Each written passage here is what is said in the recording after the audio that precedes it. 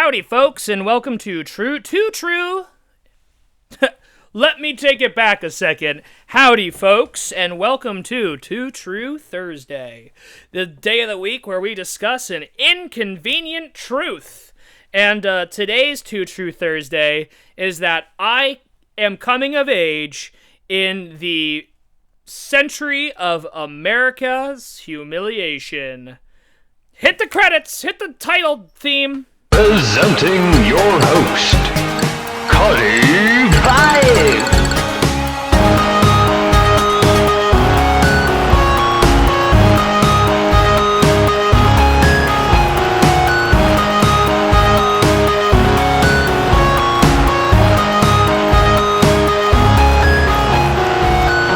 All right, thank you. Wonderful title theme. Sorry, I just obviously stumbled through that entire kind of beginning tiny little monologue. So now I'm anxious that I'm going to humiliate myself through the rest of this Too True Thursday, which, boy howdy, I guess America isn't concerned about it humiliating itself at all. So who knows? Maybe a little bit of humility goes a long way. Just a thought. Yeah, so the Republicans elected a pedo rapist to ruin the economy and destroy America's reputation abroad in as much as it wasn't already destroyed. Wow, because, we are coming out of the 50s. Remember the 50s?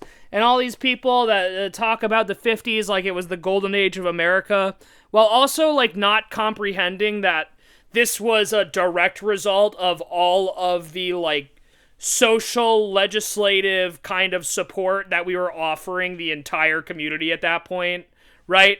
FDR... there are a number of reasons why America came into a golden age in the sort of 1950s period, and a large part of it, to a certain extent, was the fact that global manufacturing was completely crippled because Americans had firebombed most of Europe and China, I'm pretty sure. Japan. I don't, either way. I know they're different. I didn't mean to either way that with China and Japan. I know they're different. And I'm embarrassed I even had to address that.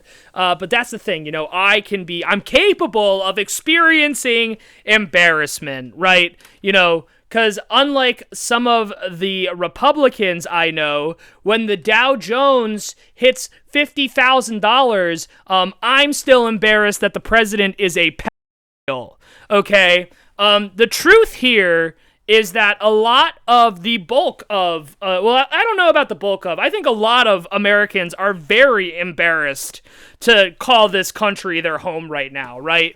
And we're seeing that in the Olympics is a great example of athletes speaking out. There are protests across the country, and America has always been, a place where protest is welcome. I mean, federal law enforcement has always worked to shut down protests where workers and the regular common man beg for their civil rights, but it's really starting to feel like we're hitting a very new precedent of a low bar, right? When we openly have information about the President of the United States being associated with a known pedophile and fucking however many of these idiot fucking Republicans voted him in, despite knowing this. They knew he was a sexual predator. They knew that we've all seen the pictures with Epstein.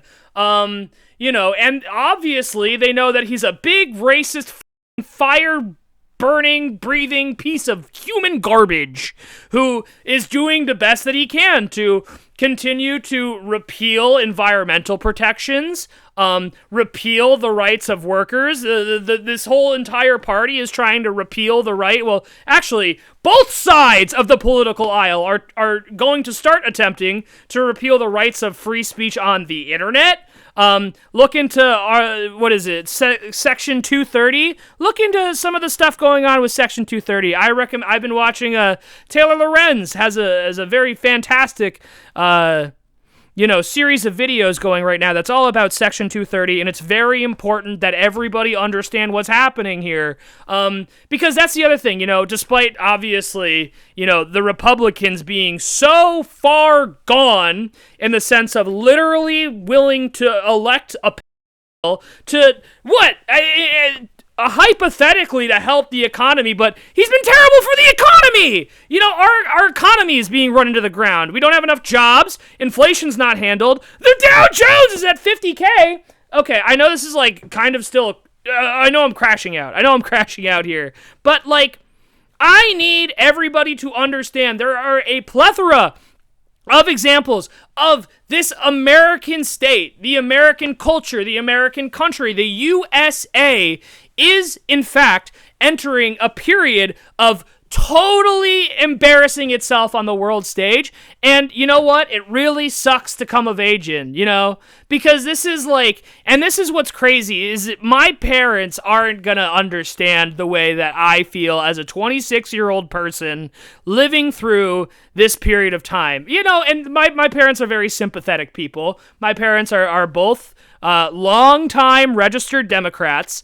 And my parents have both obviously worked very hard and have been able to, get a life that surpasses their parents. That's not going to happen for me, and it's likely not going to happen for the bulk of Americans my age, right? Where income has not risen substantially. Wages have not risen substantially. Meanwhile, the cost of housing, the cost of electricity, and this is all going to continue to skyrocket as we begin to use and implement AI, which is a complete and utter kneecapper to our job market, and also a technology that will irrevocably harm our environment, as well as offsetting any potential workplace gains we make by raising the cost of water and raising the cost of electricity, okay? And it's mind-boggling. I don't know how to deal with this. This is a period of time where a bunch of people at the highest positions in our government are basically deciding that what is at stake for the rest of the country does not matter. All right? At the end of the day, we're going to be we're going to be a much weaker country for this period of time, and I personally am incredibly concerned for the implications going forward. For example, if we can't root out and jail anybody who was involved with the Epstein ring, major problem. If we can't turn around the job market or figure out ways to address health inequity or wealth inequity, or even, make it so that people can afford to live on their incomes, right? None of the important things that need to happen for people to live a reasonable lives are happening, and it's because our government is completely disorganized and run by greedy shitheads. It's run by greedy shit, and obviously this is not like all politicians, right? Because there are still some people who are very much looking out for your best interest. And honestly, a big part of this humiliation is the fact that you don't trust anybody. Nobody trusts anybody anymore. So it's honestly, with this whole thing, more important than ever. The real truth here is, unless you hold people accountable, unless you learn how to actually trust and work with, your politicians, your local politicians, and the people in your community, all of these problems will continue to metastasize, right? And this is to a certain extent, Democrats and Republicans have both been going forward with the AI development of this country. Democrats and Republicans have both been fueling the flames on the rhetoric around, immigration and all of this other stuff and all these deportations. Democrats and Republicans have both worked in tandem to repay the banks, for example, in 2008 when they crashed the financial market. Quite frankly, so much of this century of American humiliation will come from the fact that the working man and the people, the lay people of this country have no balls anymore. They don't have any balls and they don't have any organizations. So of course, all these powerful conglomerate people who buy all your media, who buy all of your power and all your politicians are going to keep taking advantage of you until you organize. Thank you for watching for this Two True Thursday. I'll see you tomorrow. I'll see you tomorrow for Fireside Friday. Oh boy, end of the week. Like and subscribe. Like and subscribe. Like and subscribe. Like and subscribe. And maybe comment.